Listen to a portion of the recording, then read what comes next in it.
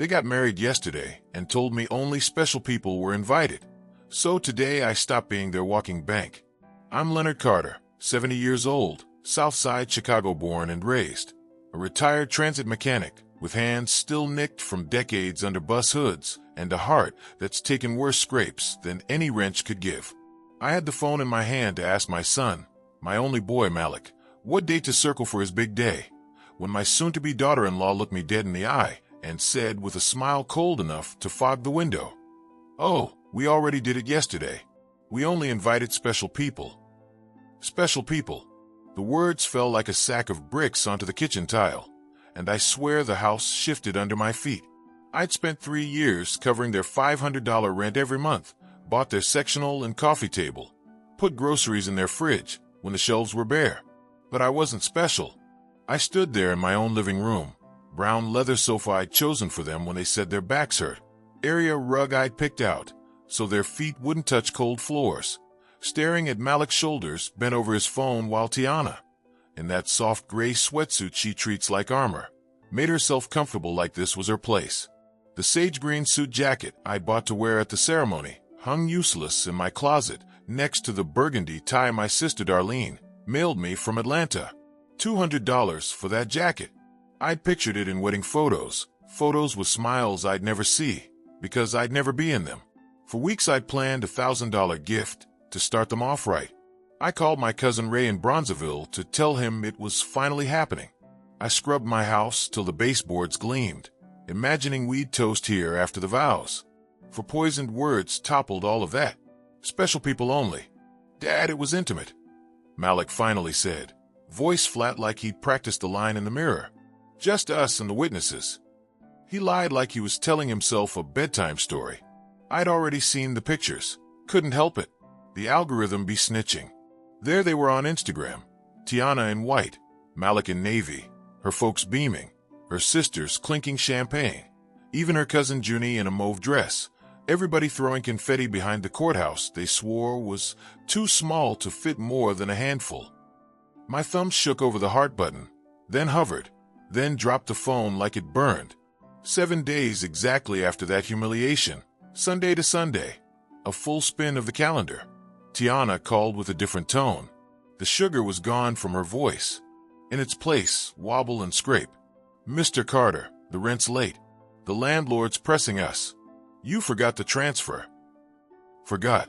I've forgotten birthdays, where I put my keys, the name of the neighbor's cat, but I have never forgotten a transfer. I could do it half asleep. Many months I practically did. Set up direct deposit from my pension into their account on the 1st, and on the 15th if Tiana's eyelashes fluttered, and she mentioned, a little short, in the same breath, beans and rice for me, new ring light for her channel. Skip the Bulls game with Ray because Malik needed tires. I tasted iron in my mouth, and at first I thought it was anger, but it was grief with a different uniform on.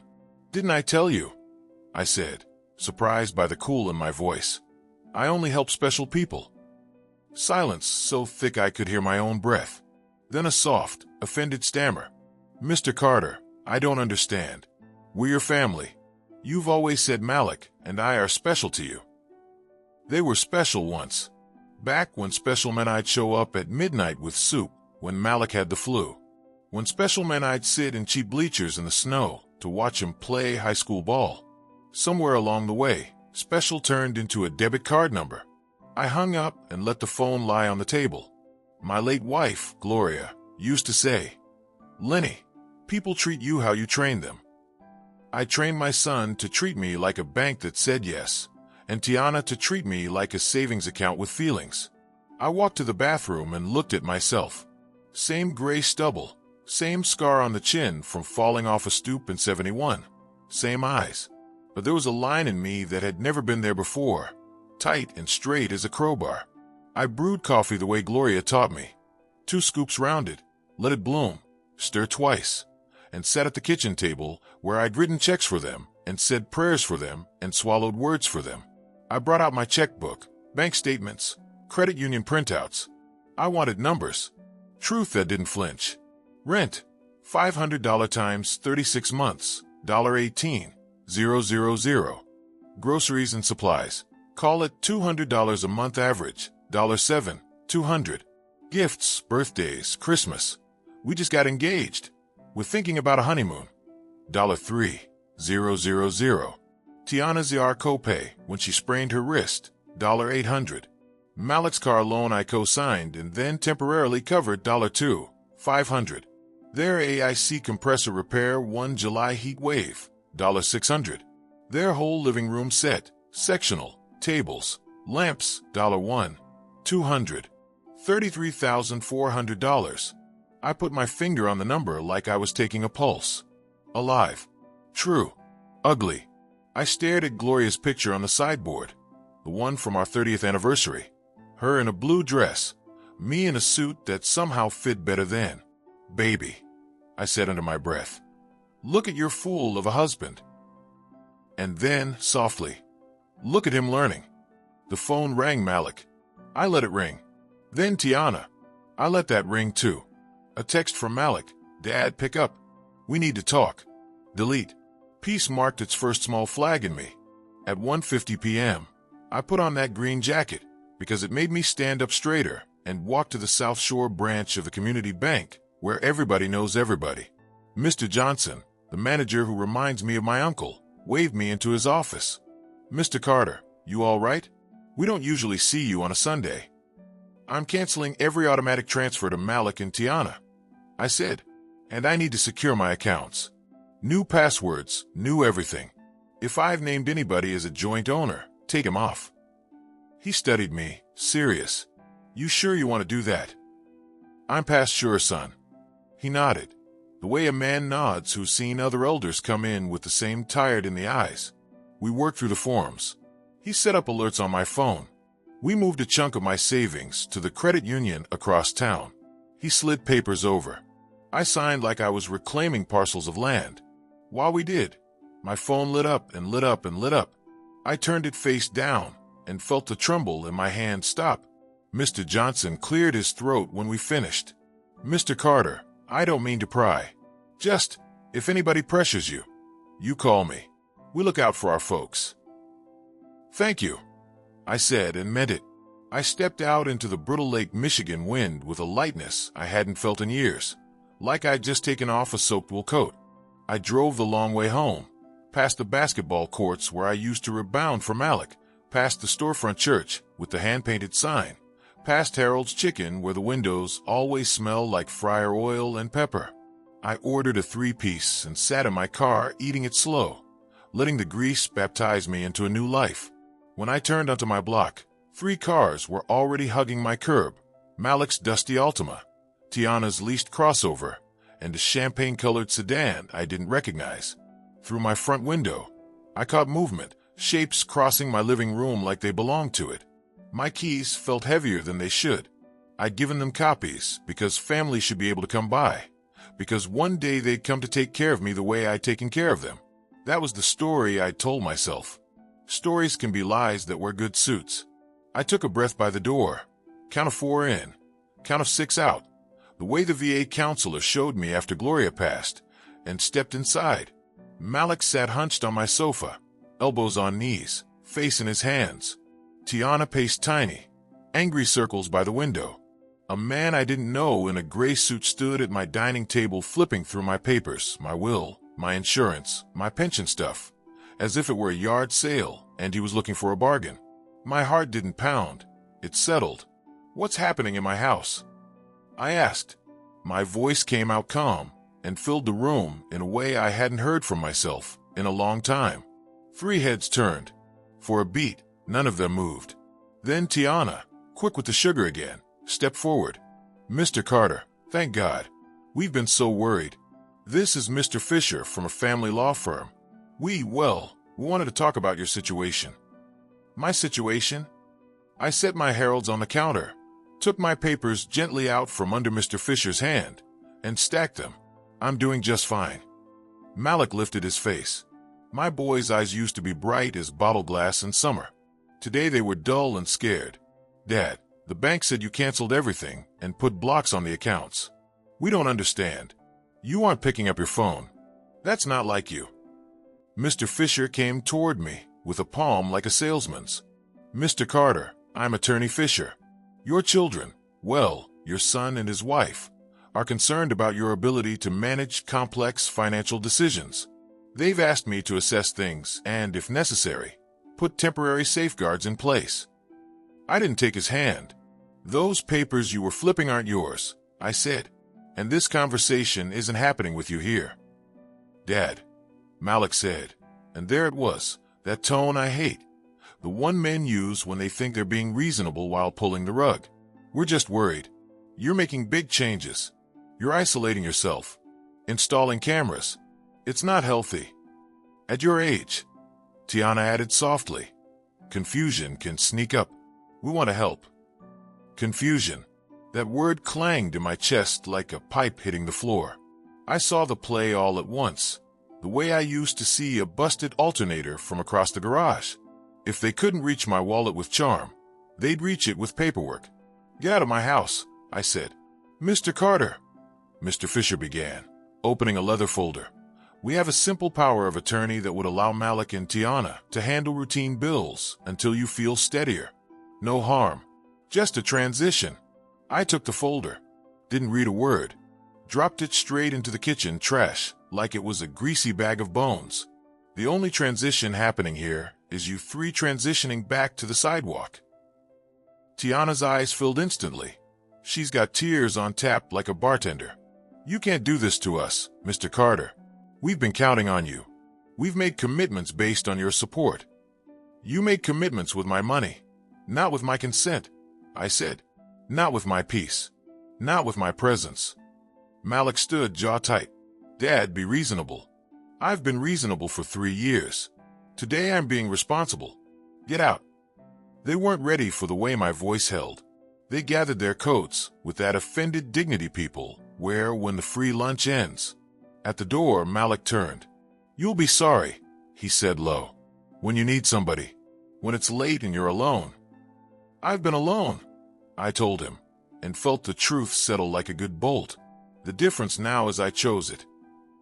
I closed the door behind them and stood still in the living room. The house hummed, a furnace clicked, the faraway rattle of the L, my own breath. Freedom is loud at first.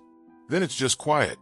I picked up my chicken again, still warm, and ate the last piece at my kitchen counter, looking at Gloria's picture and my city through the window. All right then, I said to both of them. Let's see what a man can build when he stops financing other people's laziness and starts financing his own life. I didn't sleep much that first night, but it wasn't grief keeping me awake. It was voltage, something hot and clean running through my veins that felt a lot like being alive. I lay on top of the covers of my green jacket like a man who'd just crossed a river and didn't want to take his boots off in case he had to jump back in. Around 3 in the morning, I sat at the kitchen table and put everything in order for someone who would understand exactly what I'd just done and why. Not Malik, not Tiana, a lawyer. By 8, I'd showered, shaved, and driven to Hyde Park to see Mr. Weber, the attorney who'd helped me after Gloria passed. He's a compact man with kind eyes who never wastes a word, the legal version of an old head at the barbershop. Listens first, then lines you up clean. His receptionist barely had time to offer me coffee before he opened his door and waved me in. Mr. Carter, he said, shaking my hand with both of his. I'm sorry for your loss back then. What brings you now? My son, I said, and his wife, and the part of me that finally learned how to say no. I told him everything. The courthouse wedding I wasn't invited to because only special people made the list. The 3 years of rent and groceries. The number I put my finger on like a pulse. $33,400. The knock on my door, the lawyer in my dining room, the power of attorney papers I'd fed to my trash can with the grease-stained authority of a man mid-chicken dinner. Mr. Weber didn't interrupt. He just took notes with a fountain pen that scratched exactly as loud as I needed to hear it. When I finished, he leaned back. Mr. Carter, what you're describing has a name. Elder financial abuse. People think it's always strangers. More often than not, it's family. We're going to do 3 things right away. Document, protect, and deter. Sounds like brake bleeding, tire rotation, and new pads. I said, because a man translates the world into what he knows. Exactly, he said, smiling. First, documentation. I need copies of your bank statements, receipts, any messages where they asked for money. Second, protection. Change your locks. Install a security system with cameras. Separate your assets. New account at a different bank. New passwords. Remove any joint access. Third, deterrence. I'll send a letter instructing all communication to come through my office. If they step foot on your property again without permission, we call the police. If they or anyone else tries to coerce you, we escalate. Do you have any medical conditions?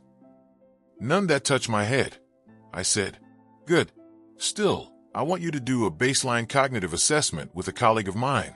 Not because you need it, but because we need paper to beat paper if they try to claim you're confused.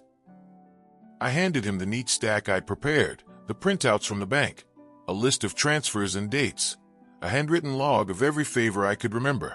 He skimmed, whistled low at the total, then tapped the page. With this money, you could have done a grand tour of Europe, Mr. Carter. I've seen pictures, I said. The lake is blue enough here for me.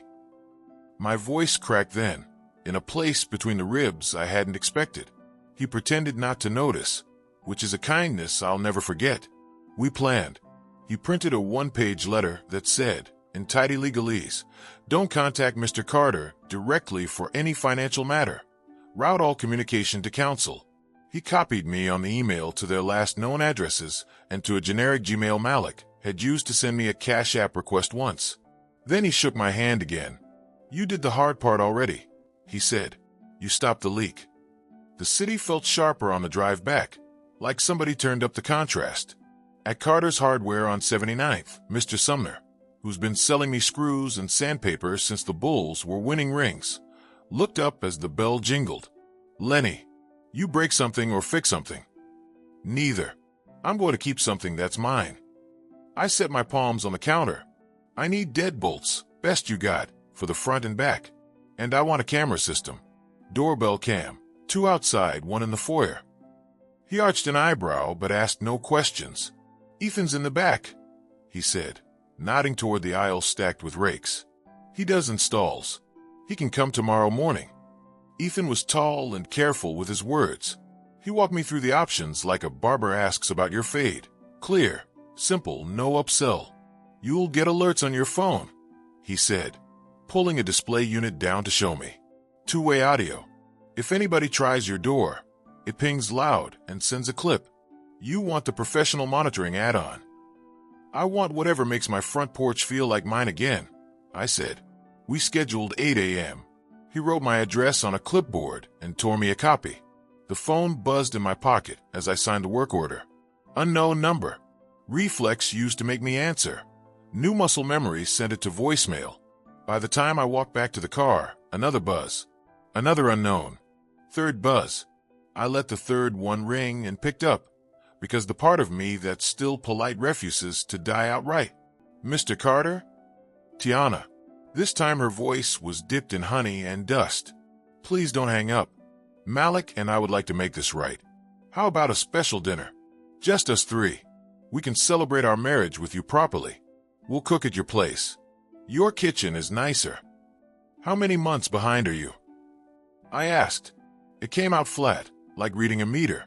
She exhaled and rearranged her tone. 2. The landlord is being a jerk. And you called me for love or for the rent?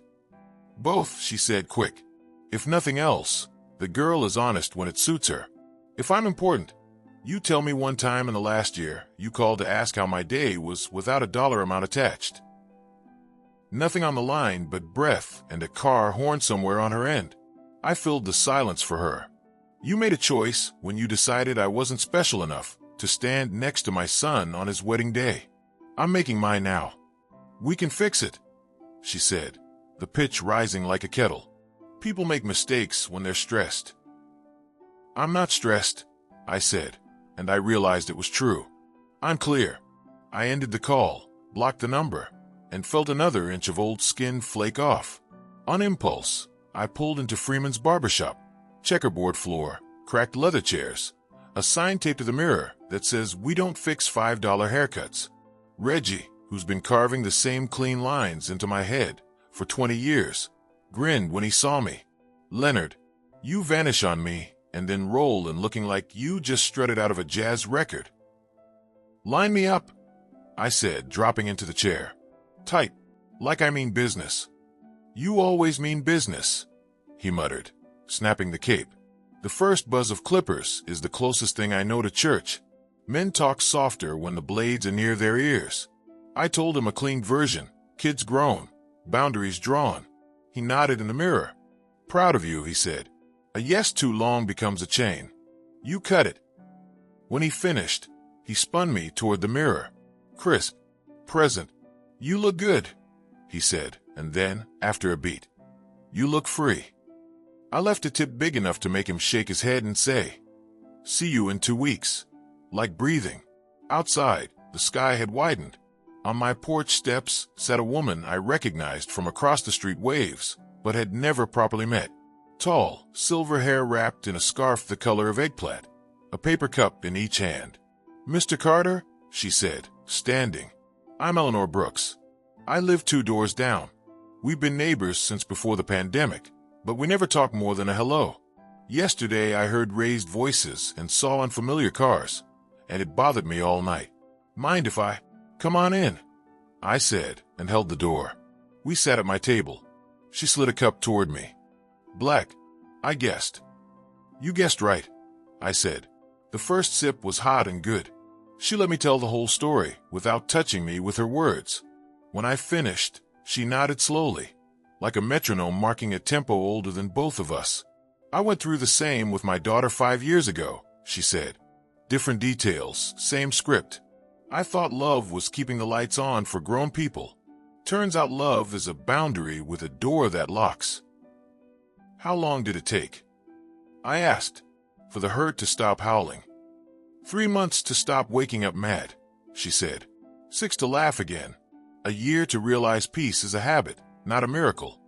We talked until the coffee went cold.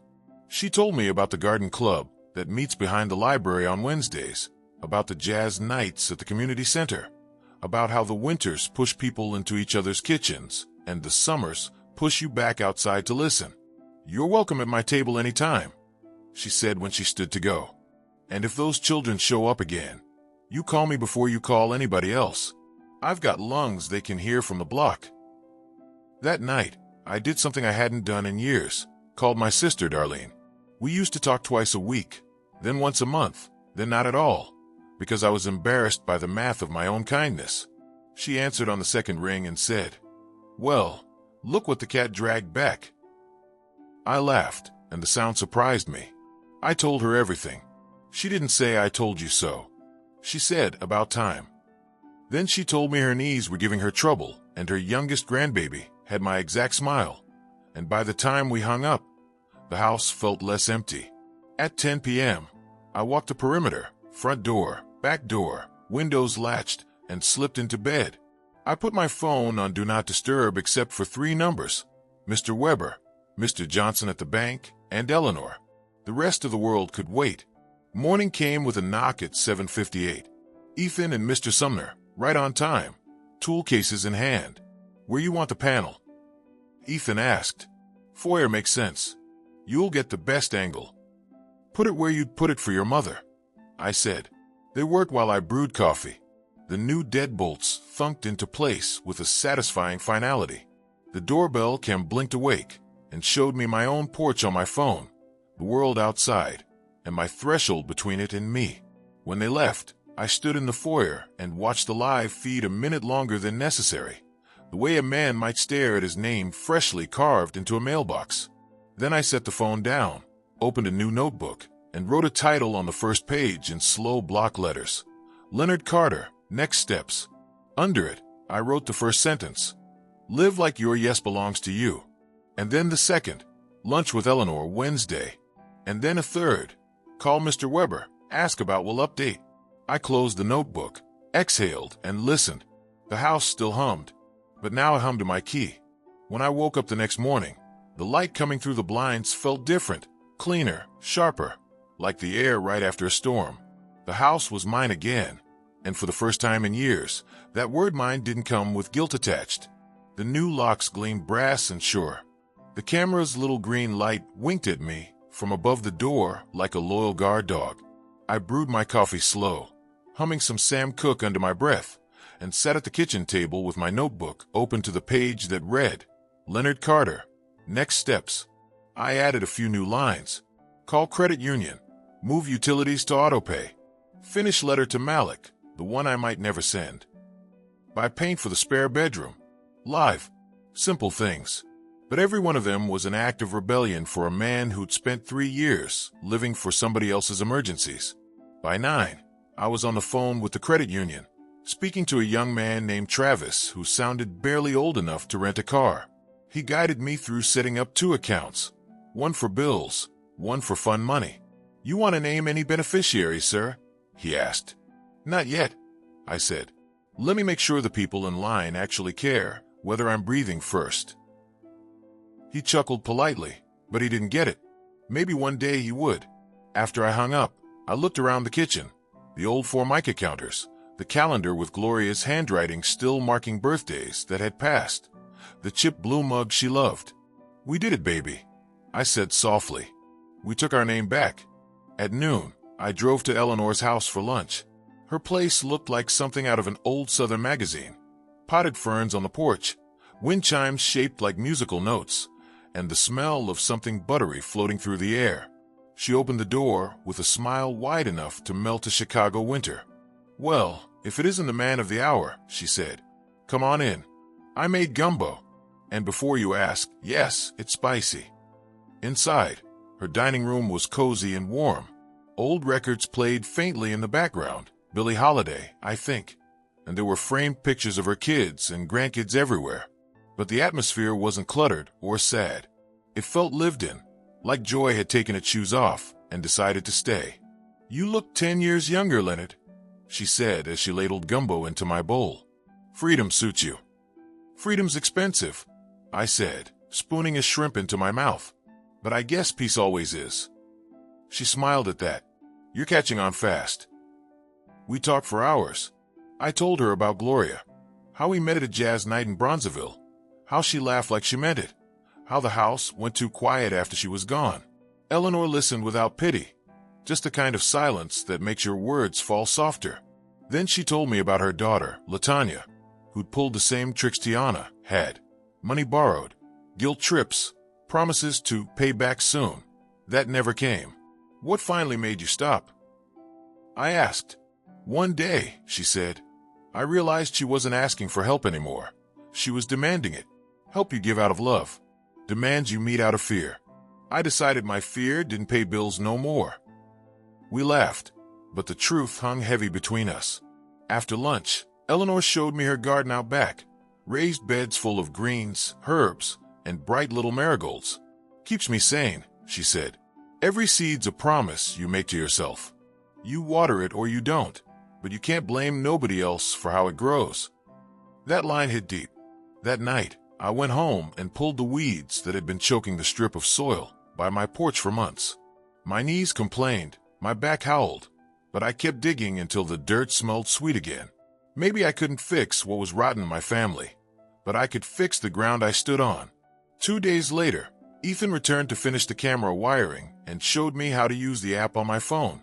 You're set, Mr. Carter, he said. If anyone so much as steps on your porch, you'll get a clip in real time. Appreciate it, I said. That same afternoon, my phone buzzed with a new number again. For half a second, I considered ignoring it, but curiosity got the better of me. Mr. Carter, a voice said. It was a woman, smooth, professional. This is Angela from Lakeside Medical Center. I'm calling because your daughter-in-law, Tiana, listed you as an emergency contact. She's here with her husband. There's been a situation. My chest tightened. What kind of situation? She's not hurt, Angela said quickly, but they were in a small car accident, mostly shaken up. They don't have insurance information on file. They asked if you could. I cut her off. Tell them I'm glad they're safe, but they'll have to handle it themselves. I'm not the Bank of Carter anymore. A pause. Understood, sir, the nurse said, her tone shifting from practiced sympathy to quiet respect. When I hung up, my hand was shaking, not from fear, but from something close to relief. A test had come, and for the first time in my life, I passed it. That evening, I drove to Lake Michigan, parked near the rocks, and sat with the windows down. The air carried that clean mix of cold and salt and exhaust. I watched the lights from the skyline flicker on, one by one, like a slow applause. I thought about Malik, my boy with the toothy grin who used to beg me for quarters for the arcade, the same kid who'd once said, "Daddy, when I'm big, I'ma buy you things." I'd believed him. Maybe he'd even believed it back then. But something along the way had shifted, and I'd fed that shift with every check I wrote. "I hope you find yourself, son," I said out loud to the water, but this time without my wallet. When I got home, there was an envelope taped to my front door, my name written in Malik's uneven scrawl. Inside was a single sheet of paper torn from a notebook.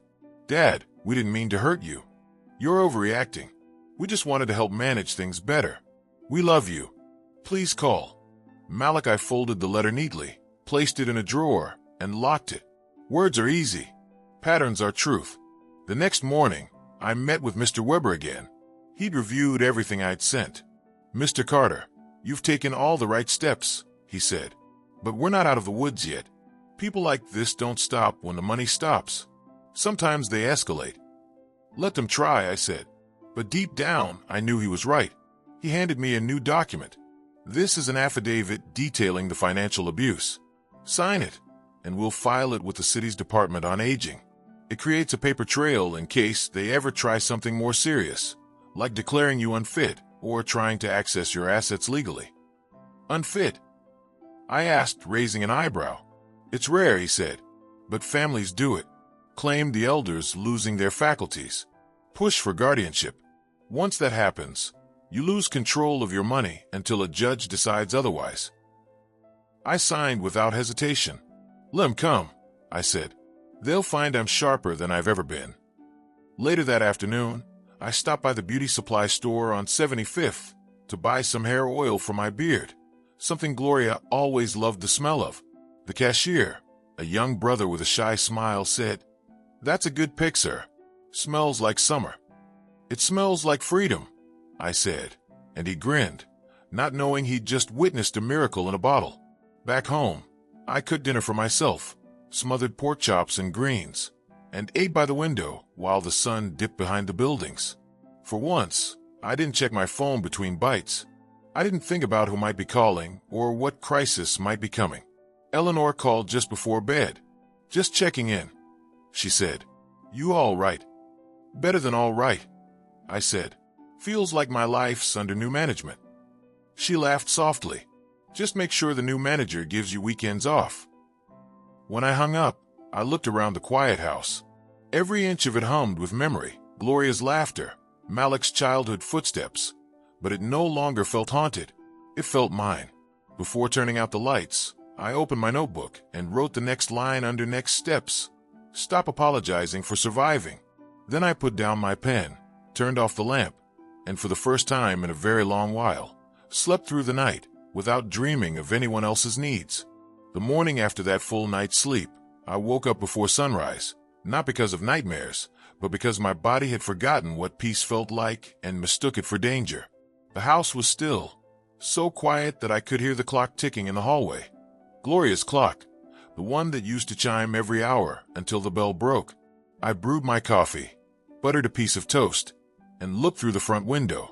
The street was wet from last night's rain, and the early bus hissed by, leaving behind the sound of old brakes and new beginnings. I'd been retired from the Chicago Transit Authority for 9 years, but that sound still felt like home. I used to come home with grease on my hands and a steady paycheck in my pocket, proud that I was keeping the city moving. Funny how I could keep whole buses on track, but not my own son. Around 9, my phone buzzed with a message from an unknown number. I didn't recognize it, but the preview on the screen made my stomach twist. "Mr. Carter, this is Attorney Fisher. Please contact me at your earliest convenience regarding an urgent family matter involving your son Malik." The name alone was enough to ruin my breakfast. I deleted the message without opening it, but a shadow had already crawled into my day. I knew Malik wasn't done. People who depend on your money rarely accept their eviction from your wallet peacefully. I spent the rest of the morning trying to keep busy, dusting shelves, fixing the loose hinge on the back door, replacing a light bulb that didn't even need replacing. Around noon, the doorbell rang. The new camera feed popped up on my phone. It was Eleanor, holding 2 paper bags. "You look like a man who's thinking too loud," she said when I opened the door. "I brought lunch before you drown in your own thoughts." She set the bags on the table, barbecue ribs, coleslaw, cornbread that still steamed when she opened the foil. "Smells like mercy," I said, grinning. "You need some of that," she replied. "Now talk. What's happening?" I told her about the message, about the feeling that something was building again, something that smelled like trouble in a lawyer's suit. Eleanor didn't flinch. "Men like Fisher don't knock unless somebody's paying them to. My guess, Malik's try and scare you. They'll push. You just keep your paper trail and your lawyer close." Her calm steadied me. We ate in silence for a while, both of us chewing slow, the sound of an old blues record playing in the background. After lunch, she reached into her bag and handed me a flyer. "Community garden meeting this Saturday," she said. "You should come. Get your hands dirty with something that grows instead of something that drains you." "I haven't planted anything since Gloria's roses died," I said. "Then start again," she said softly. "Nothing heals a man like watching something bloom under his care." After she left, I pinned a flyer to the fridge. Saturday was circled in red. That evening, I sat at my kitchen table and started the letter I'd been avoiding, one to Malik. Not to send, just to say what needed saying. "Son, when you were a boy, you used to fall asleep in the back seat while I drove home from night shifts. Your little head would tilt toward the window, and I'd promised myself that every hour I worked was to make sure you never had to struggle. Maybe I overdid it. Maybe I made life too easy. But I never thought you'd use that comfort to hurt me. You've grown into a man I barely recognize. I don't know if that's your doing or mine. But I do know this. I'm done buying my place in your life. If you ever want to sit with me again, come empty-handed and empty-hearted. No lies, no invoices, no lawyers. Until then, take care of yourself. I still pray for you. I just stopped paying for you." I folded the letter and placed it in the same drawer as his first apology note. Both pieces of paper weighed the same, even if one carried more truth than the other. The next day, I met with Mr. Weber again at his office. He looked up from a stack of papers when I walked in. "Morning, Leonard. You were right to expect a move. Your son's lawyer contacted me. They're not backing down." "Backing down from what?" I asked. "They're preparing a petition to declare you mentally unfit to manage your own affairs," he said plainly. "They want a court-appointed guardian, most likely Malik himself." I laughed, a short, bitter sound. "My own son wants to become my keeper." Weber nodded slowly. "It's more common than you'd think. Children convince the court their parents losing it, and once guardianship's granted, they control everything: bank accounts, property, even medical decisions." I leaned back, trying to keep my anger from boiling over. "What do we do?" He handed me a folder. "We get ahead of it. I've already scheduled a psychological evaluation with Dr. Moore. She's one of the best. She'll certify that you're completely competent. We'll file it with the court before Malik's petition even hits the clerk's desk." "When?" I asked. "Tomorrow morning at 10. I nodded, jaw tight. "Let's do it." When I left the office, I walked straight to the park near 63rd. The air was crisp, the lake glinting silver in the distance. Kids were playing basketball, their laughter cutting through the noise of the city. For a moment, I wished I could go back to when Malik was 10, when his biggest worry was whether his team won on Saturday. Back before money became the language of our love. My phone buzzed. Another unknown number. Against my better judgment, I answered. "Dad," Malik's voice. Hesitant, polite. The kind of voice people use when they're about to lie. "What is it, Malik?" "I just wanted to talk. We shouldn't be like this. It's tearing the family apart." "Family's built on love, not rent payments," I said. "What family are you talking about?" He sighed. "You're making this hard. You won't answer calls. You block Tiana. You're acting paranoid, Dad. People are worried. People meaning you and the woman who called me not special. It was a misunderstanding, he said quickly. She didn't mean it like that. She meant it exactly like that. And now you mean to take my money by declaring me crazy. You really want to play that game? Silence. I could almost hear him grinding his teeth. Dad, please. You need help. You're not yourself. Malik, I said slowly. For the first time in years, I am exactly myself. And that scares you. He hung up without another word. That night, I called Eleanor. They're trying to put me under guardianship, I told her. Then we'll make sure they fail, she said. You got a doctor's appointment, right? Yeah, tomorrow morning. Good. Get your papers in order. And Leonard. Yeah, don't let their desperation make you doubt your sanity. You're fine. They're just losing control of the ATM. Her words made me laugh, even through the weight pressing down on my chest. The next morning, I put on my best gray suit, pressed, polished shoes, the works. Gloria would have said I looked like a man on his way to church. Maybe I was. Church for my own deliverance. At Dr. Moore's office, the walls were painted in calm shades of blue. She was a woman in her 50s, kind eyes behind her glasses, professional but warm. Mr. Carter, she said, shaking my hand firmly. Mr. Weber filled me in. We'll take our time today, all right? No rush. For 2 hours, she tested everything, memory, logic, problem solving. She asked about my finances, my daily routine, the people in my life. At the end, she smiled. Mr. Carter, you're not only competent, you're sharper than most of my younger clients. I'll have the report ready by tomorrow morning. I thanked her and walked out into the cold air, feeling lighter than I had in weeks. When I got home, there was another car parked across the street. Tinted windows. I didn't recognize it, but I saw movement inside. Someone watching. Maybe paranoia, maybe not. I opened my phone app and zoomed in with the new cameras. The car pulled away slowly, disappearing down the block. I didn't call the police. I didn't panic. I just wrote a note in my logbook. Silver sedan, no plates visible. Parked 20 minutes. Then I locked the door, made myself tea, and sat by the window. The sky outside turned purple, and for the first time since this all began, I smiled at the thought that maybe, just maybe, I was winning. Because the truth was simple. Every time they tried to control me, I got stronger. Every lie they told built my case higher. And every dollar I didn't spend on them was another brick in the wall between me and their greed. Tomorrow, I'd have the proof I needed. But tonight, I had something even better, peace. The morning Dr. Moore's report was ready. I woke up before the alarm. I shaved close, dressed sharp, and drove to her office through a curtain of fog. The city felt muted, like even Chicago was holding its breath for me. When I walked in, she was waiting with a manila folder already on the desk. Good morning, Mr. Carter, she said with that calm voice of hers. I've finished your evaluation. She tapped the folder. You're in excellent mental health. Cognition, memory, reasoning, all above average for your age. Put that in bold letters, I said. She smiled. Already done. I've sent a copy to Mr. Weber and printed 2 for you. Keep one somewhere safe. When I stepped back into the cold, I felt taller. The air bit at my cheeks, but I barely noticed. The paper in my hand weighed more than all the money Malik had taken over the years.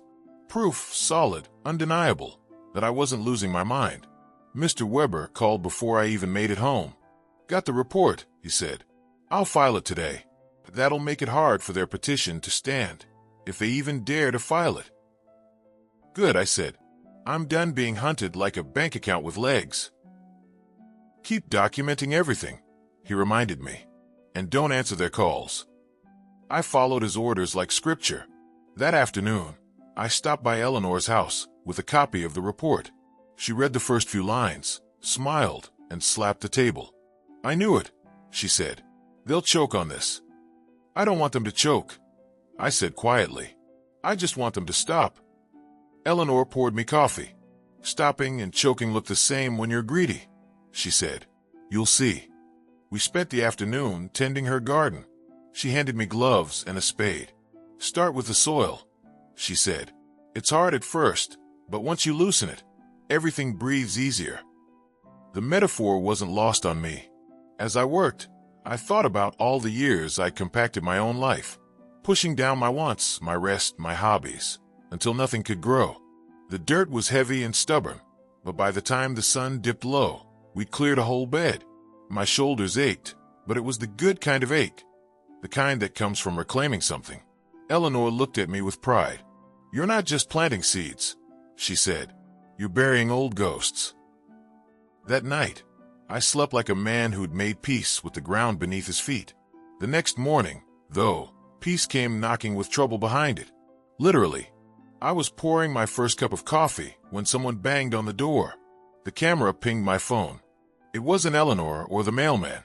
It was Malik, and Tiana beside him, arms crossed, lips pressed tight. For a long second, I just stared at their faces on the screen.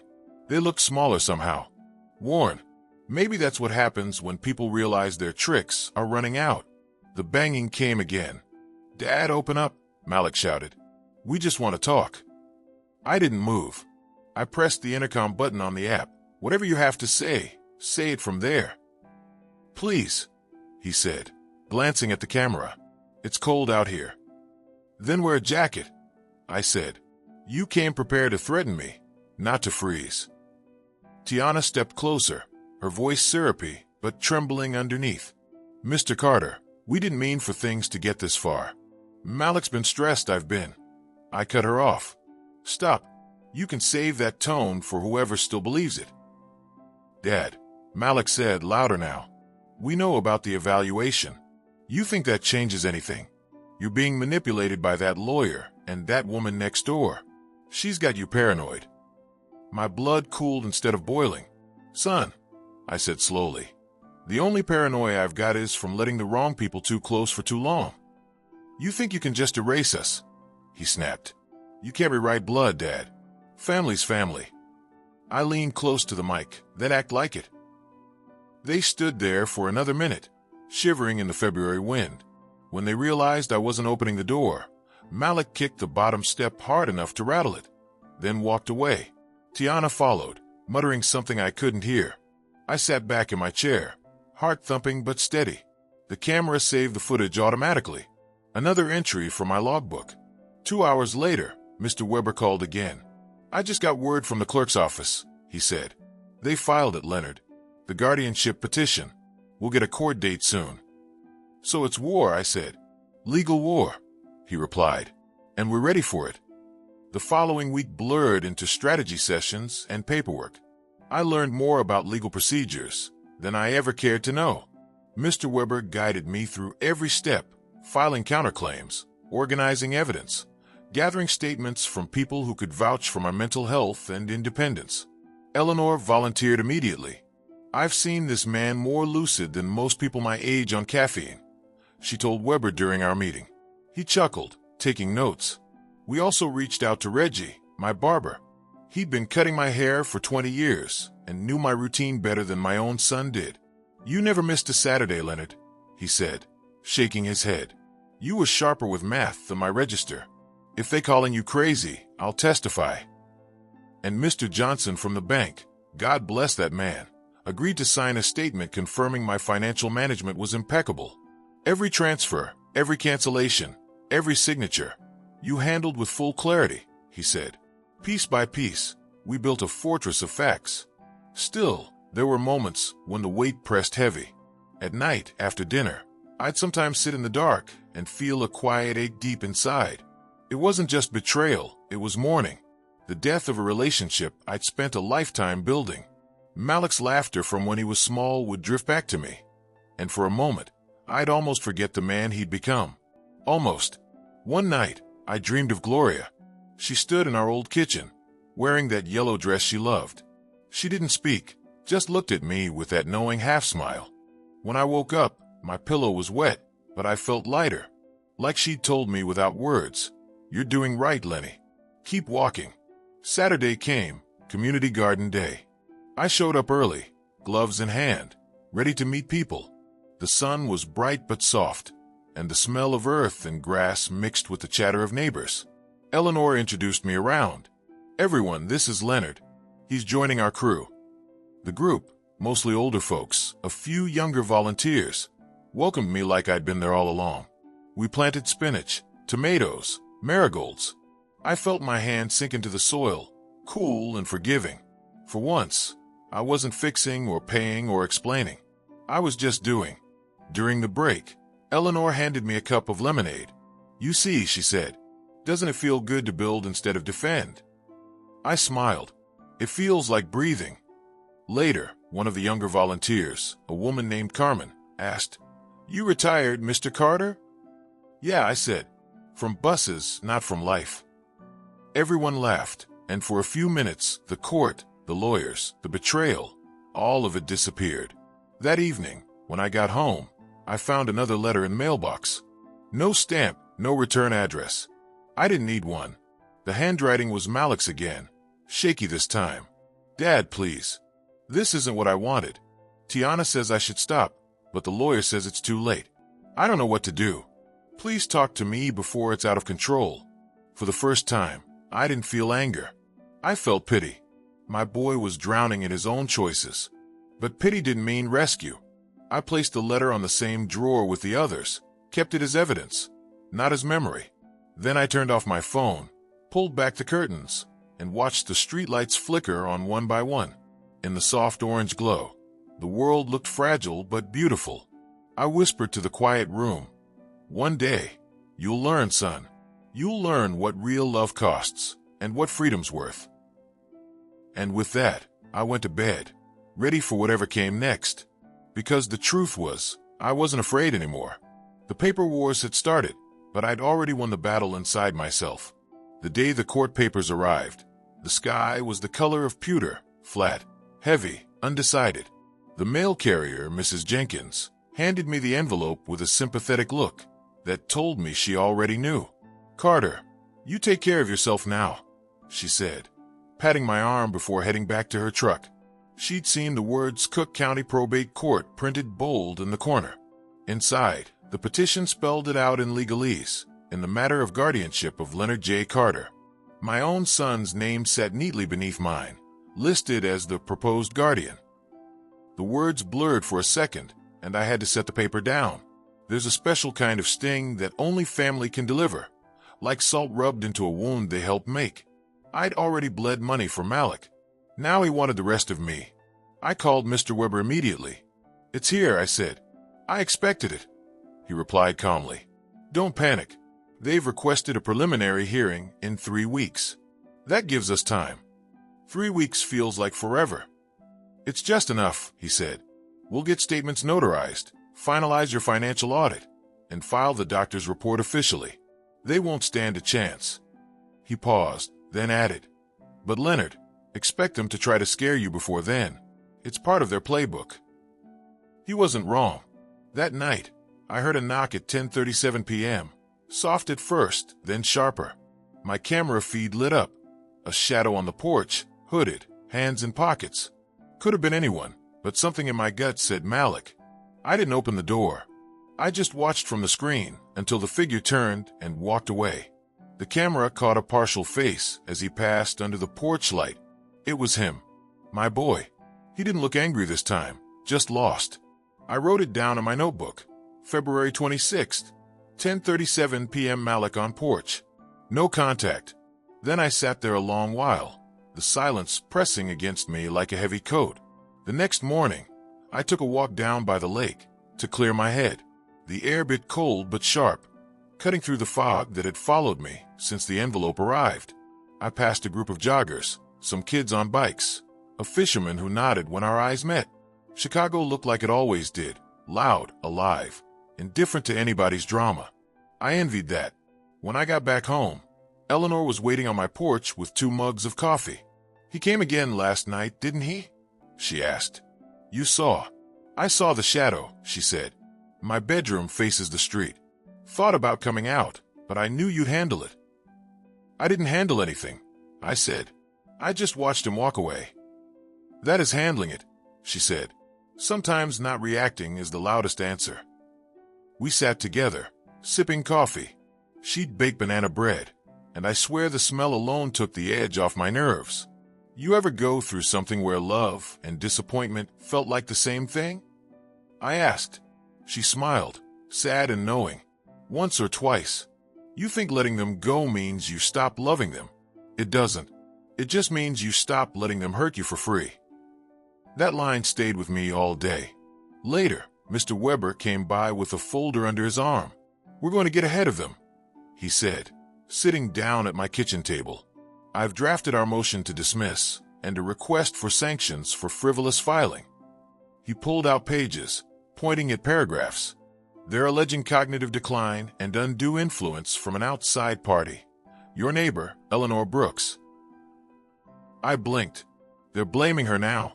They'll spin anything they can, he said. We'll counter with affidavits. She's already on the list to testify, right? She'll do it, I said. That woman's got fire in her. We spent 2 hours going through paperwork, signatures, and timelines. Weber worked with precision, like a surgeon cutting rot out of a wound. When he finally packed up, he looked at me long and hard. You're handling this better than most, he said. I've fixed engines for 30 years, I said. Engines don't run if you panic. People ain't much different. He smiled at that and left, leaving the house quiet again. That evening, I called my sister, Darlene. I hadn't told her about the guardianship mess yet. She picked up on the third ring. Hey, big brother. You sound tired. Been better, I said. Malik's suing me for control of my life. Dead silence. Then he what? I told her everything, from the courthouse wedding to the late-night visits. She swore under her breath, then said, You want me to come up there? I'll sit in that courtroom myself. Maybe, I said. Right now, just knowing you'd show up is enough. Lenny, I love that boy, but he's lost, she said. Don't you let guilt make you his victim. I won't, I said. Not this time. After we hung up, I played a record, Gloria's favorite. A change is gonna come. The needle crackled, the horns rose, and I closed my eyes. Sam Cooke sang like he knew exactly where I stood, between pain and peace, trying to choose the latter. Over the next 2 weeks, my days filled with preparation. I went to the community garden twice, met new folks, and found myself laughing more. Carmen taught me how to tie up tomato vines with twine. Mr. Lee, a retired math teacher, told me about his own daughter who tried to borrow 20 grand for a business idea. Never saw a receipt, he said, shaking his head. Turns out, my story wasn't unique. That comforted and saddened me at the same time.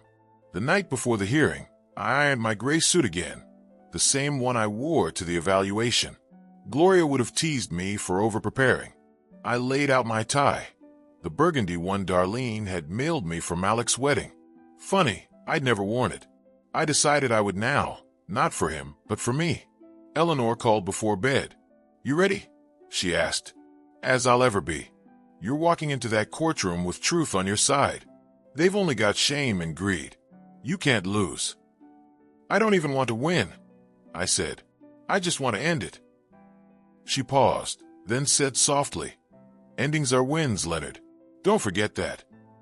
I slept fitfully, dreams flickering like bad film reels. Malik as a boy, Malik as a man, Gloria calling my name from some place too bright to see. When the morning came, I stood in front of the mirror, adjusted my tie, and said out loud, You got this, old man. The courthouse smelled like old paper and disinfectant. Mr. Weber met me in the lobby with a firm handshake. You look sharp, he said. Let's keep it that way. Malik and Tiana arrived moments later. Seeing them was like looking at strangers, wearing my son's face. He avoided my eyes. She didn't. Her gaze was sharp, calculating. We waited in silence until the bailiff called our case. Inside the courtroom, everything echoed. The shuffle of papers, the squeak of chairs, the quiet coughs. The judge, a middle-aged woman with tired eyes, looked between us. Mr. Carter, she began, your son has filed a petition for guardianship on grounds of diminished capacity. Your counsel has filed a motion to dismiss. We'll hear both sides today. Mr. Fisher, sleek suit, fake humility, started his speech. Your Honor, our concern is purely for Mr. Carter's well-being. There have been erratic behaviors, isolation, and undue influence from neighbors. Weber stood. Your Honor, these claims are not only false but malicious. We have medical documentation, financial records, and multiple witness statements proving Mr. Carter's full competence. He handed the judge Dr. Moore's report. She skimmed, eyebrows lifting slightly. Impressive, she murmured. Then Eleanor took the stand. Calm, steady. Mr. Carter is more sound-minded than anyone I know, she said firmly. He's rebuilding his life after being used by people he trusted. That's not confusion, that's clarity. Next came Reggie and Mr. Johnson, both solid as stone in their testimonies.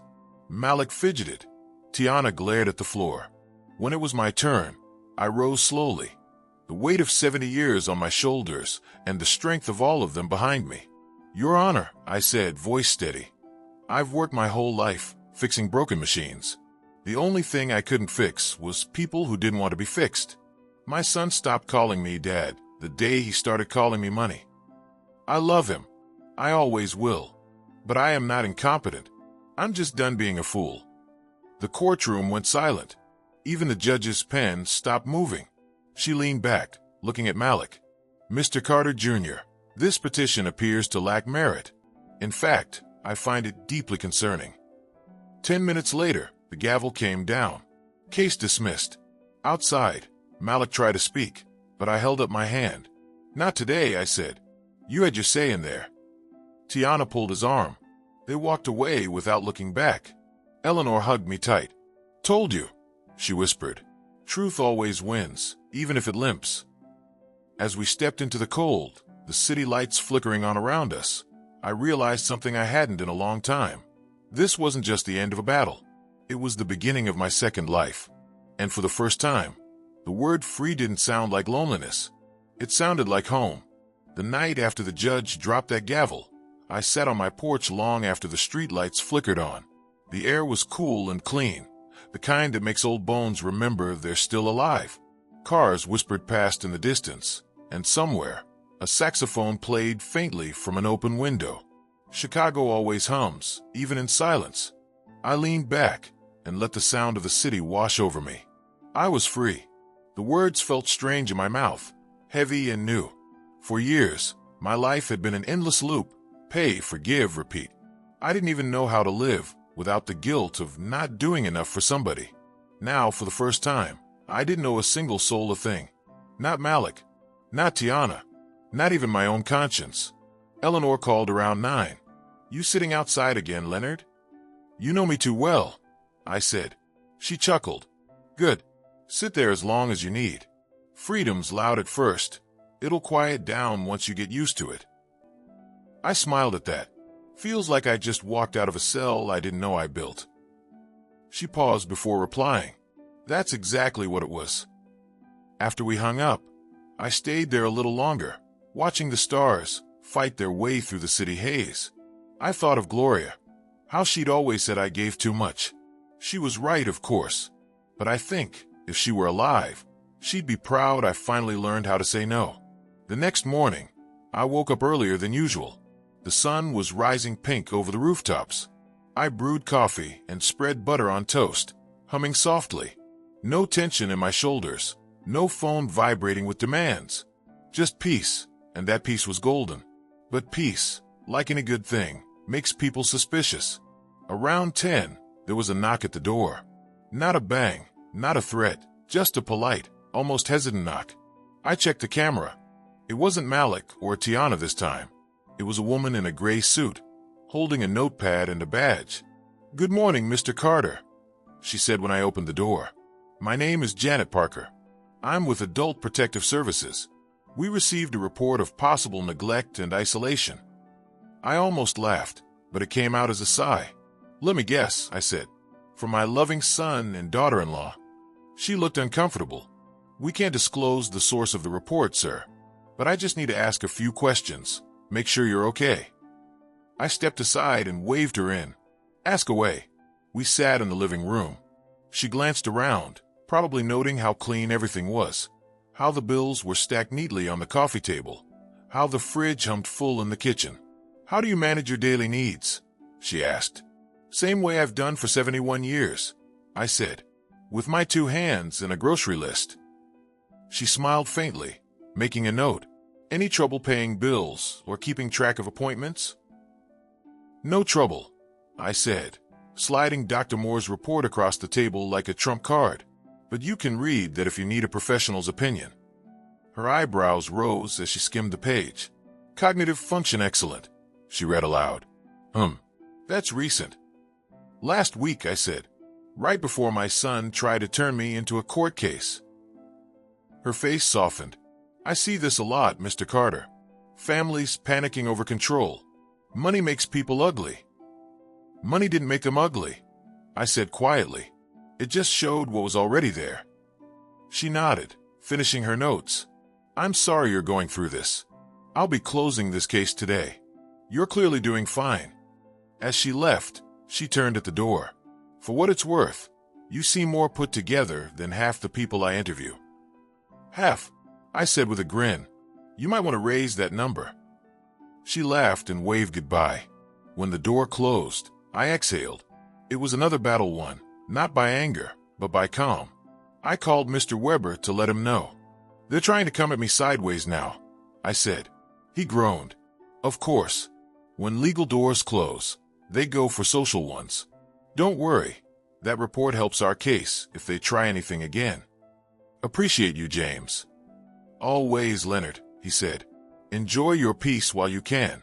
You've earned it. So I did. The next few weeks were the first real taste of freedom I'd had in years. I joined the community garden full-time. Eleanor gave me my own patch, a 6x6 plot near the fence. I planted collard greens, bell peppers, and 1 stubborn row of okra. The sun on my back, the dirt under my nails, it healed something deep inside me that no court victory could touch. One afternoon, Carmen, the young woman from the garden, brought her little boy to help water the plants. He's learning responsibility, she said, smiling as he splashed water everywhere. Start young, I told her. That's when they still listen. She laughed. You sound like a dad. I am one, I said. Just not sure my son remembers that part anymore. She hesitated, then said softly, sometimes the only way to teach them is to walk away. I nodded. I'm learning that lesson late, but I'm learning. By April, my garden patch was thriving. The okra stood tall and proud, the collards lush and green. Eleanor said it looked like something out of a magazine. I told her it was just survival that decided to grow leaves. But peace doesn't erase the past. It just gives you better armor when it tries to return. One Sunday afternoon, while I was trimming the plants, Eleanor hurried over with her phone in hand. Leonard, she said, breathless. You need to see this. It was a post on Facebook, Malik's page. A long, angry message about ungrateful parents who let outsiders poison them. Hundreds of comments from friends, co-workers, distant cousins, some sympathetic, most confused. And there, under the post, was Tiana, fanning the flames with her own words. He's not well. We tried to help. Pray for us. I stared at the screen for a long moment, then handed the phone back. Let them have their show, I said finally. I'm done auditioning for a role in their drama. Eleanor looked at me carefully. That doesn't make you mad. Oh, it makes me mad, I said. But anger's expensive, and I'm on a peace budget. That night, I blocked both of them on every platform. My phone was silent for the first time in months. The quiet was almost holy. Over the next few days, something unexpected started happening. People from the garden, from the neighborhood, even a few from my old job at the CTA started stopping by. They'd heard about what happened, some from Eleanor, some from the post itself, and they came to check on me, to show support. You did right, Mr. Carter, said one old co-worker, shaking my hand. Ain't nothing crazy about cutting off leeches. Another, a woman named Marcia, said, my son tried that same trick 2 years ago.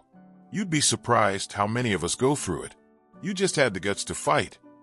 Hearing those words from people who'd lived the same pain made me feel less like a victim and more like part of something bigger, an army of elders who refused to be taken for fools. Eleanor and I started hosting weekly dinners with a few of them. We called it the Thursday table. No agenda, no speeches, just food, laughter, and honesty. We talked about grown kids who took too much, about learning boundaries, about rediscovering joy. Some nights we cried. Most nights we laughed until our sides hurt. One evening, as we were washing dishes after everyone left, Eleanor said, "You ever think maybe this was meant to happen? That you had to lose the wrong people to find the right ones?" I thought about that a long moment. Maybe, I said, or maybe I just had to lose the version of myself that let it happen. She smiled. "Either way, Leonard, you're blooming." I looked out the window at my garden under the moonlight, the leaves swaying gently in the breeze. "Yeah," I said softly, "I guess I am." That night, as I lay in bed, I thought about Malik again, not with bitterness this time, but with something quieter. Maybe one day he'd understand. Maybe not. Either way, I'd already forgiven him. Not for his sake, but for mine. Because freedom ain't free. It costs your comfort, your illusions, sometimes even your family.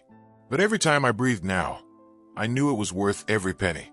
Spring had come to Chicago like it always does, too fast and too cold. One day it was snowing, the next the sun was out, teasing us with warmth that didn't quite reach the bones. My garden didn't care, though. The collards were thriving, the peppers stretching toward the light. It was the first time in years that I'd planted something just for myself and watched it grow without interruption. Peace had turned into a rhythm. Mornings at the garden, afternoons reading on the porch, evenings sharing coffee or dinner with Eleanor and our little Thursday group. No phone calls, no requests, no emotional blackmail dressed up as family concern. Just quiet days, honest people, and the sound of my own thoughts settling into something close to happiness. Then, like always, silence started to shift, like the air before a storm. It began with the letters. At first, I thought they were junk mail. Plain white envelopes, no return address, written in Malik's handwriting that I knew too well. The first one said, "You can't ignore me forever, Dad." The second, "Tiana lost her job. We're struggling. Don't let pride ruin us." I didn't reply. By the fifth letter, the tone had turned darker. "You think the court means anything? You embarrassed me. You made me look like a fool. People are talking." That one I burned. When I told Eleanor, she frowned, her hands gripping her mug tight. "He's losing control," she said. "You take away a manipulator's power, and they get desperate." "I just want it to end," I told her. "Then keep doing what you're doing. Silence drives them crazier than anger ever could." She was right. Silence became my weapon. Every time I didn't answer, every letter I didn't open, I was saying no without wasting a word. But even silence needs reinforcement. That week, Mr. Weber called with news. "Leonard, the court officially closed your case," he said. "They filed it under malicious petition." That's a rare label, and it means if they try something similar again, they could face penalties. "Well, that's a start," I said. "Maybe they'll finally give up." Weber hesitated. "Don't count on it. I've seen greed outlive common sense." He was right again. 2 days later, I came home from the garden to find my mailbox half open. Inside was a thick envelope with my name printed in bold letters, but this one wasn't handwritten. It was from a law firm. My stomach turned as I tore it open. It wasn't another guardianship filing. It was a demand letter. Malik and Tiana were claiming I had made verbal financial commitments to them, $15,000 for a joint business venture. They threatened to sue for damages if I didn't pay. I called Mr. Weber immediately. He read the letter, sighed, and said, "This is harassment, plain and simple. They're grasping at air." "They can't be serious," I said. "Oh, they're serious," he replied. "Just not smart. Don't respond. I'll handle it." After hanging up, I sat in the quiet kitchen staring at the letter. The rage was different this time. Not hot, cold, heavy. It wasn't about the money anymore. It was about respect, about my own blood, trying to bleed me dry through the very system meant to protect me. That night, I wrote something in my notebook under the date. "There's nothing more dangerous than someone who mistakes your kindness for weakness." Eleanor stopped by later with a peach cobbler. "You look like a man plotting something," she said. "I'm just tired," I said. But tired in a clean way, not the old kind. What's the difference? The old kind came from loving people who didn't deserve it. The new kind comes from standing my ground. She smiled, spooning cobbler onto 2 plates. Then you're doing fine. A week passed without another letter. I started to relax again, even laughed more. My Thursday group had grown. 10 of us now, all older folks who'd been through their own versions of hell. Marcia brought her famous gumbo, Alfreda told stories about her late husband, and Carmen's little boy drew pictures for us that we hung on Eleanor's fridge. It was community, something I hadn't realized I'd been missing for decades. But just when peace started to feel normal again, the storm came knocking. Literally. It was a Saturday morning in early May. The garden was damp from last night's rain, and I just sat down with my coffee when a police cruiser pulled up in front of my house. 2 officers stepped out, a man and a woman, both polite but firm. "Mr. Leonard Carter?" the woman asked. "That's me. We received a call from your son, Malik Carter. He claimed you might be in distress and possibly held against your will." I nearly spit my coffee. Against my what? He said you were being manipulated by your neighbor, Ms. Eleanor Brooks, and prevented from contacting family.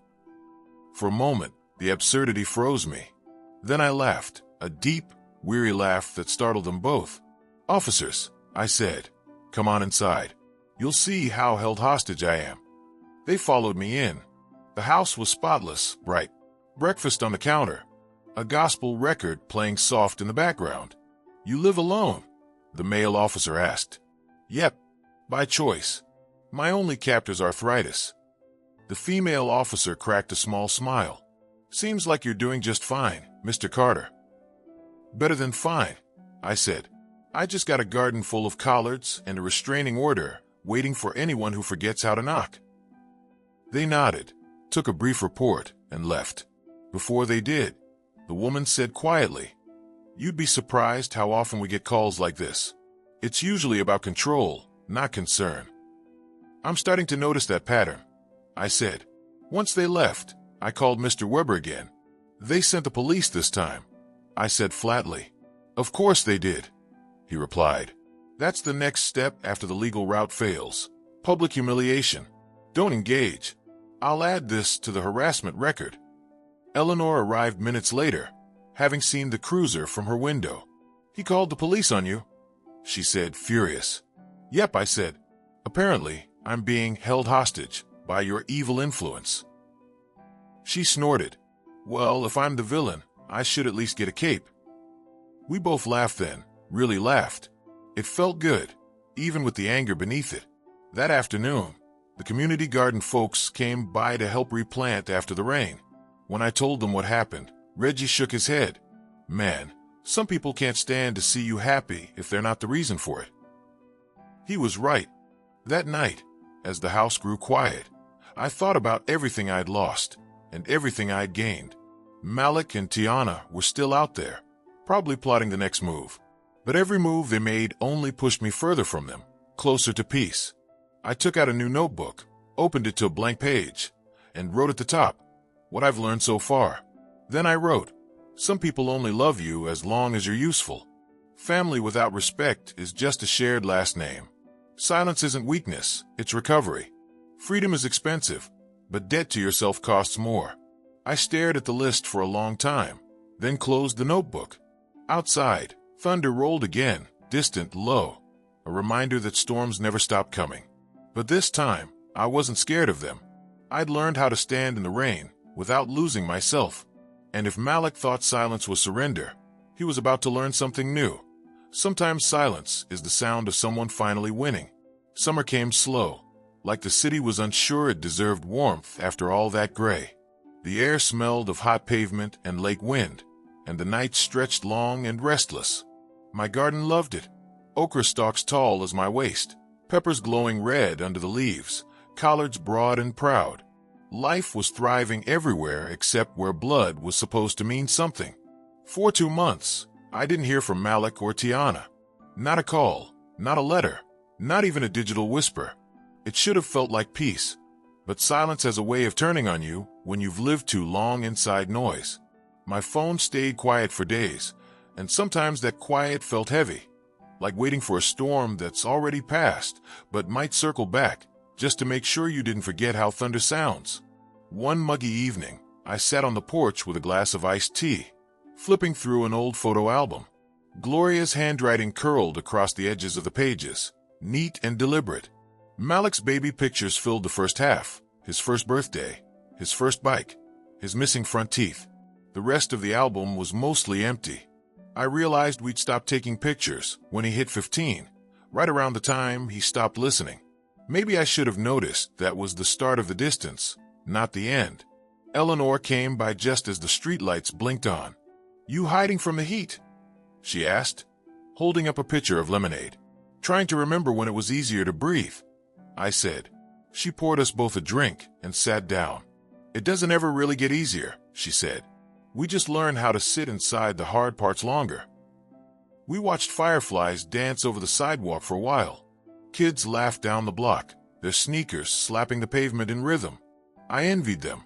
How they could live whole lifetimes in a single summer evening. "Do you ever miss her?" I asked quietly. Eleanor looked at me. "Your wife?"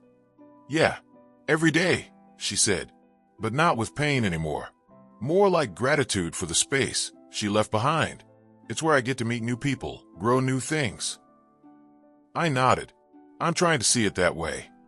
She smiled gently. "You're getting there." That night, after she went home, I couldn't sleep. The air was too thick, my thoughts too loud.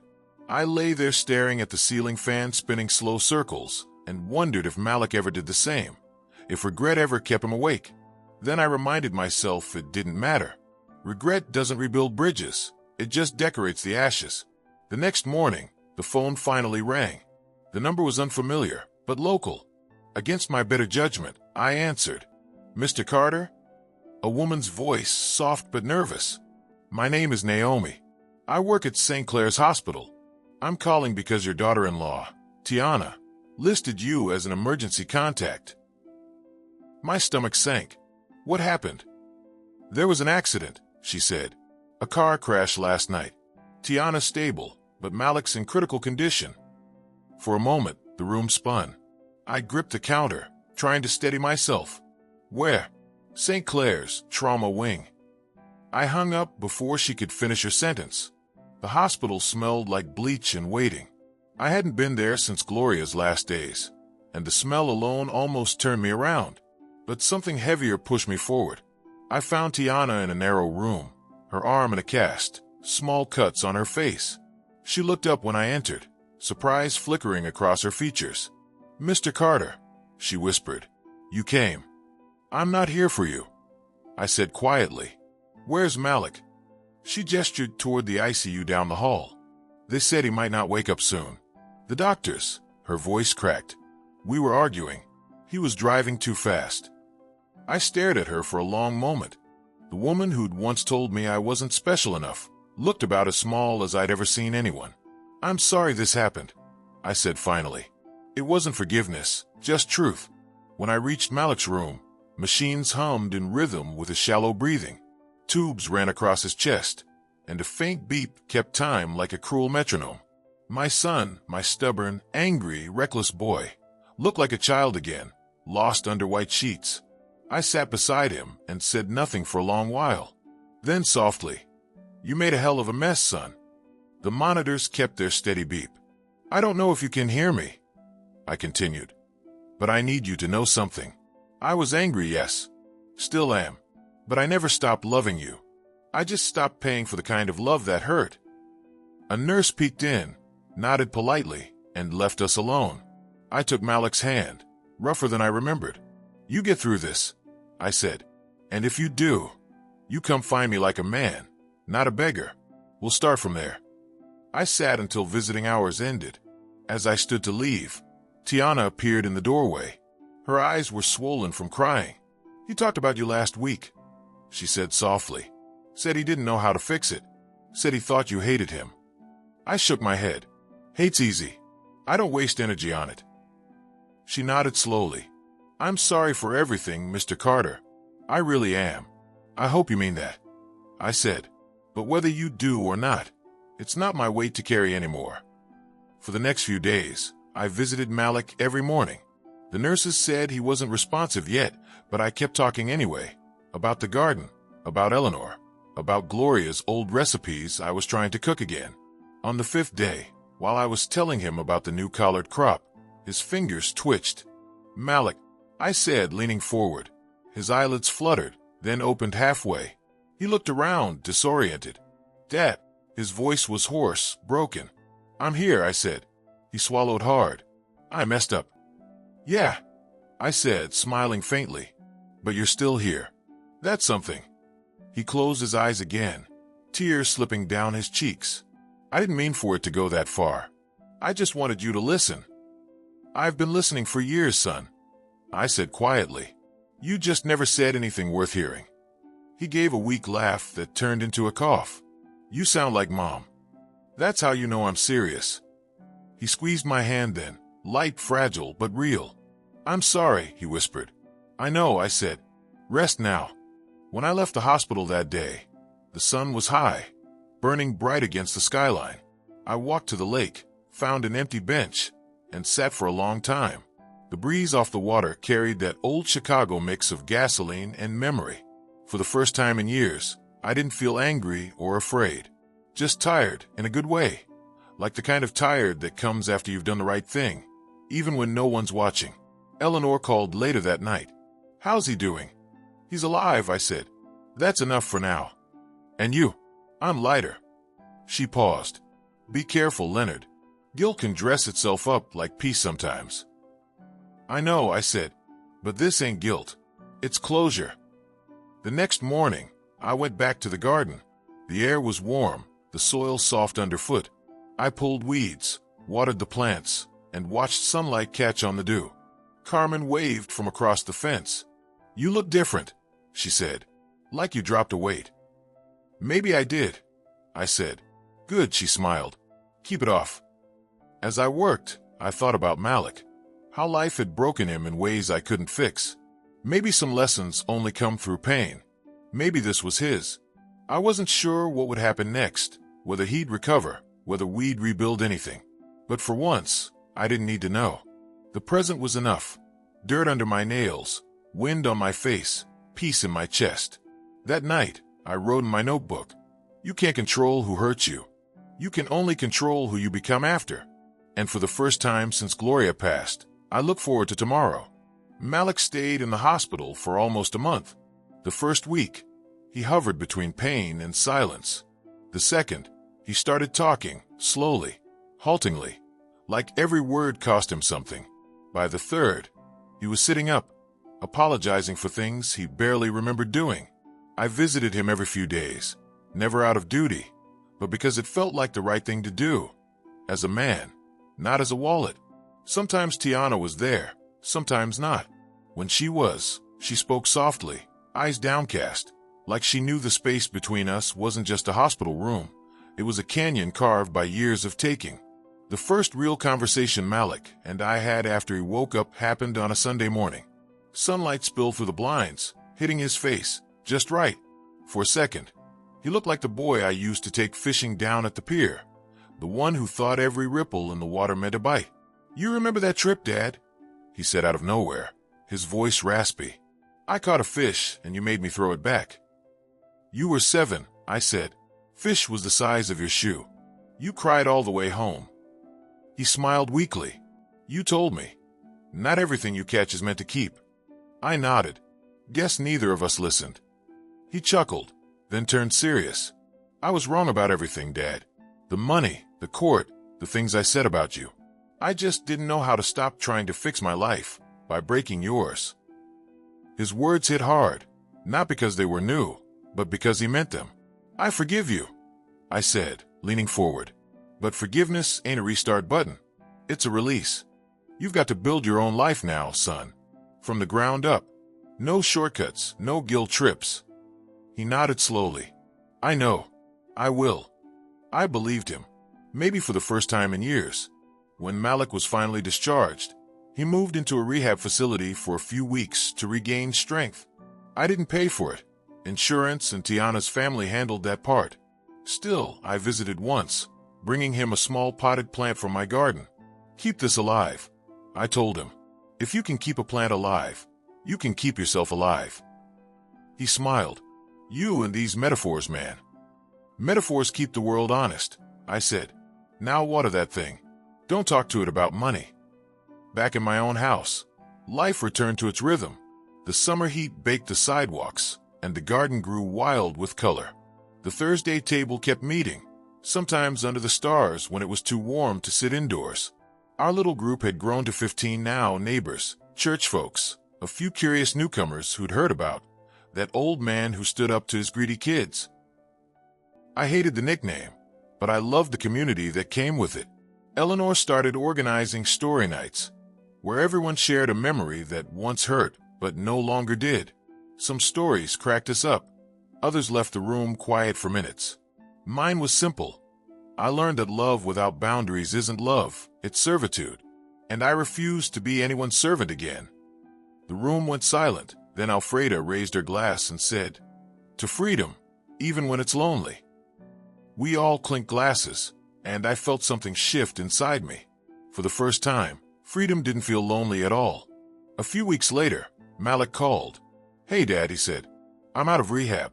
Staying with Tiana's cousin for now. Just wanted to check in." "Good," I said. "How's your body holding up?" "Hurts like hell, but I'm working through it.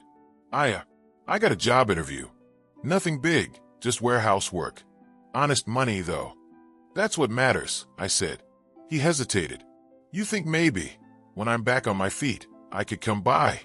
Not to ask for anything, just to sit, maybe help in the garden." I thought about it for a moment. The old me would have said yes immediately. The new me paused, not out of spite, but out of care for the man I was still becoming. "Let's take it slow," I said. "You work on staying steady first. When the time's right, we'll figure it out." He didn't argue. "Fair enough. I love you, Dad." I didn't say it back right away. Not because I didn't feel it, but because I wanted him to hear it only when it meant something again. "Take care of yourself, Malik," I said finally. "That's how you'll love me best." After we hung up, I sat on the porch and watched the sunset paint the sky orange and gold. Gloria used to call that the forgiveness hour. I smiled to myself. Maybe she was still teaching me. Days turned into weeks. The air cooled. Leaves began to yellow. Life moved on in small, quiet ways. I started volunteering twice a week at the community center, helping folks my age with online banking and scam awareness. It felt good to use my own bruises for someone else's protection. One afternoon, I was teaching a class when a woman named Lorraine raised her hand. "What if it's your own daughter trying to trick you?" she asked, voice trembling. "Then you protect yourself," I said gently. "Love her, pray for her, but protect yourself. That's not cruelty. That's survival." After class, she came up to me, eyes misty. "Thank you," she said. I thought I was the only one. I shook my head. None of us are alone in this. We just think we are because we suffer in silence. It hit me then. How many of us were out here carrying the same stories, just in different keys? Eleanor was the one who convinced me to write them down.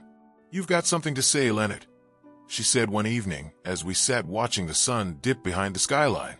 "People listen when you speak. You should put it on paper." "Who'd read it?" I asked. "Anybody who's ever been used and decided not to stay broken," she said. "That's most of us." So I started writing. Not a book, not yet, just notes. About boundaries. About aging with dignity. About the power of a single word, no. I called it The Art of Stillness, though Eleanor said it sounded too poetic for a man who cusses at tomatoes. "Fine," I told her. "Maybe I'll change it to Lessons from the Garden." She laughed. "That's better." In early September, Malik called again. This time, he sounded stronger. "Got the job," he said. "It's hard work, but it feels good. Haven't touched a dime that wasn't mine." "Proud of you," I said. And I meant it. "I'm coming by next Sunday," he said. "If that's okay." I hesitated, then said, "Bring gloves. The garden needs pruning." When Sunday came, he showed up right on time. No lawyer, no Tiana, no attitude. Just my son, leaner and quieter than I remembered. He stood by the gate, hands fidgeting like a boy again. "Nice place," he said, looking around the yard. Mom would have loved it. She would have, I said. Now grab that hoe and make yourself useful. He laughed. And just like that, something fragile but real began to mend. We worked side by side for an hour, mostly in silence. Every so often, he'd glance at me, like he still couldn't believe I'd let him back in. When we finished, he looked at the neat rows of plants and said, "It's beautiful, Dad. You did all this by yourself." "Not by myself," I said. "Had some help. Good people. Real ones." He nodded slowly. "I'm trying to be one of those again." "Keep trying," I said. "That's how it starts." Before he left, he hugged me, awkward, hesitant, but solid. "Thanks," he said. "For what?" "For not giving up on me." I watched him walk down the street, shoulders squared against the wind. Eleanor came by later and found me still standing on the porch. "You okay?" she asked. "Yeah," I said. "He's learning how to grow." She smiled. "Guess the garden's not the only thing thriving, huh?" "Guess not." That night, I added a new line to my notebook. Sometimes you plant seeds you never get to harvest. But if they grow, that's enough. I didn't know what tomorrow would bring. Maybe reconciliation, maybe distance again. But it didn't matter.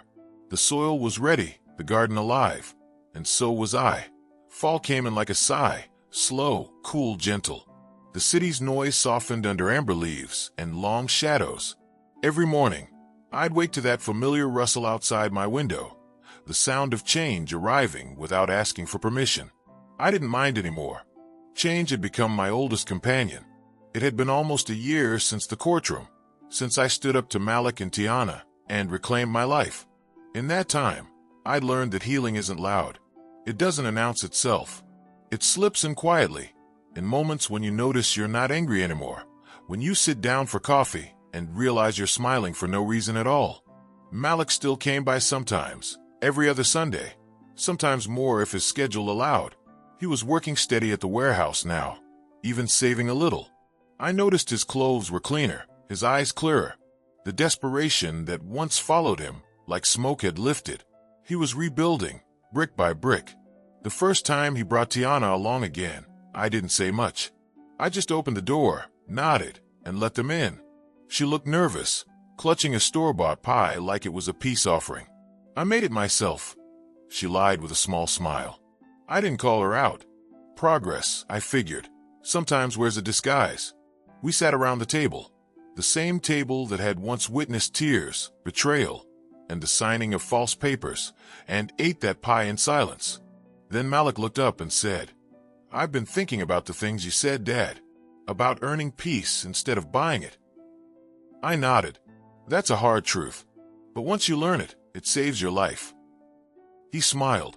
"Yeah, I think I'm learning." Tiana reached across the table, her voice barely above a whisper. "I know there's no way to erase what we did, but I want to do better. For Malik, for me, maybe one day, for us as a family again." Her words were careful, humble in a way I'd never heard before. I didn't trust them yet, but I respected the effort. "You start by doing right," I said. "Not by asking for forgiveness, but by living like you deserve it." She nodded. For once, there were no tears, no manipulation, just quiet understanding. When they left that evening, I stood by the window and watched them walk down the street together. Two people who'd nearly destroyed everything, now trying to rebuild what was left. Whether they succeeded or not, that was on them. My job was done. I had planted the seed. They'd have to do the watering. That winter, Chicago froze like it always does. Streets slick with ice, breath hanging heavy in the air. But my house stayed warm, alive with laughter from new friends and the smell of Eleanor's gumbo simmering on the stove. She'd started spending more time at my place, claiming it was to check on the plants, but staying long enough to share every meal. "You know," she said one night as we sat by the fire, "you've become the neighborhood philosopher. People quote you now." "Quote me?" I laughed. "What fool would do that?" "Don't play modest," she said, tapping my notebook on the table. "Your little lessons from the garden. Folks been passing them around at the senior center." I chuckled. "Guess it's about time the weeds taught somebody something." She smiled softly. "You did more than that, Leonard. You reminded people that it's never too late to take back your life. Her words landed deep. I thought about the man I used to be, the one who handed out money like love, who lived for other people's comfort. He felt like a stranger now, like someone I'd once known but wouldn't invite back in. In February, Mr. Weber called. "You like this?" he said. "Remember that case we filed against Malik and Tiana for elder harassment? The judge ruled in your favor. You're legally protected from any future financial claims. And," he paused, "you've been invited to speak at a community panel on elder financial abuse." I laughed. Ain't that something? The man who once couldn't say no now teaching folks how to say it loud. "You've earned it, Leonard," he said. "Sometimes justice looks like a courtroom victory. Sometimes it looks like wisdom shared." The day of the panel, I wore my best dark suit, the one Gloria bought me for our 25th anniversary. Eleanor came too, sitting in the front row, grinning like a proud sister. The auditorium was packed, mostly older folks, some middle-aged children sitting beside them, guilt written on their faces like a confession. When it was my turn to speak, I took a deep breath and began. "My name's Leonard Carter. I'm 72 years old, and I used to think love meant giving until you had nothing left."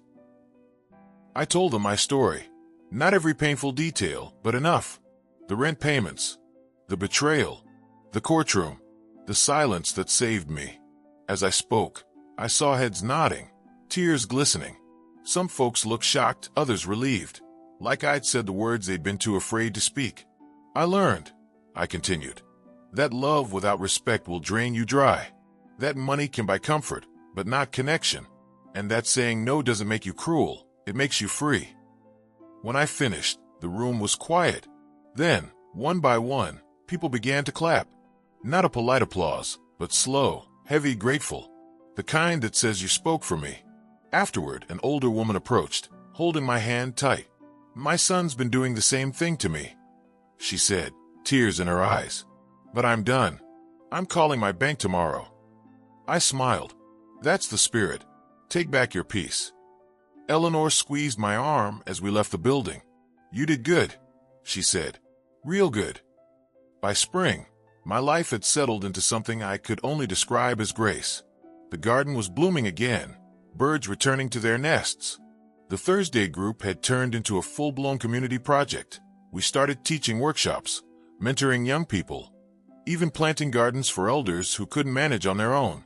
Malik volunteered once, just once, but it mattered. He brought tools, helped an older couple till their soil, and didn't ask for anything in return. When we were done, he sat beside me on the curb, sweating and smiling. "Feels good to do something that isn't about me," he said. I clapped his shoulder. "That's how you know you're growing." A few weeks later, on Gloria's birthday, I visited her grave. The sky was overcast, soft gray against the budding trees. I brought her favorite lilies and sat down on the damp grass. "Hey, baby," I said quietly. "You'd laugh if you saw me now. I've got a whole crew of old folks calling me their life coach. Eleanor says I'm becoming famous, but don't worry, I still burn cornbread half the time." A breeze passed through, light and warm. I closed my eyes and smiled. "Malik's trying, Gloria. He's really trying. And me, I'm okay now. I've learned that love doesn't mean losing yourself. It means remembering who you are and sharing it with those who treat it right." The wind rustled again, as if in agreement. That night, I sat on the porch under a sky full of stars. Eleanor joined me, 2 cups of coffee steaming in her hands. "You ever think you'd end up here?" she asked. "Not in a million years," I said, "but I'm glad I did." She looked at me sideways. "So what's next for you, Mr. Philosopher?" I thought for a moment, then smiled. "I think I'll just keep living. Keep tending the garden, keep helping folks, maybe even take that trip down to New Orleans I've been putting off." She grinned. "You deserve it." We sat in comfortable silence for a while, the kind of silence that used to scare me, but now felt like peace itself. Somewhere down the block, a jazz saxophone drifted through the night. Life, imperfect and beautiful, kept going. Before bed, I opened my notebook one last time and wrote the final page. I have learned that peace doesn't mean forgetting what hurt you. It means no longer letting it define you. I've learned that forgiveness is not weakness, it's closure. And I've learned that freedom, once earned, must be guarded like sacred ground. I closed the notebook and set it on the table beside my bed. For the first time in decades, I didn't fall asleep thinking about who I'd lost or what I'd given. I fell asleep thinking about who I'd become. And as the city breathed outside my window, I knew this simple truth. My story wasn't about money. It wasn't even about betrayal. It was about rediscovery, about an old man learning, finally, that loving yourself isn't selfish. It's survival.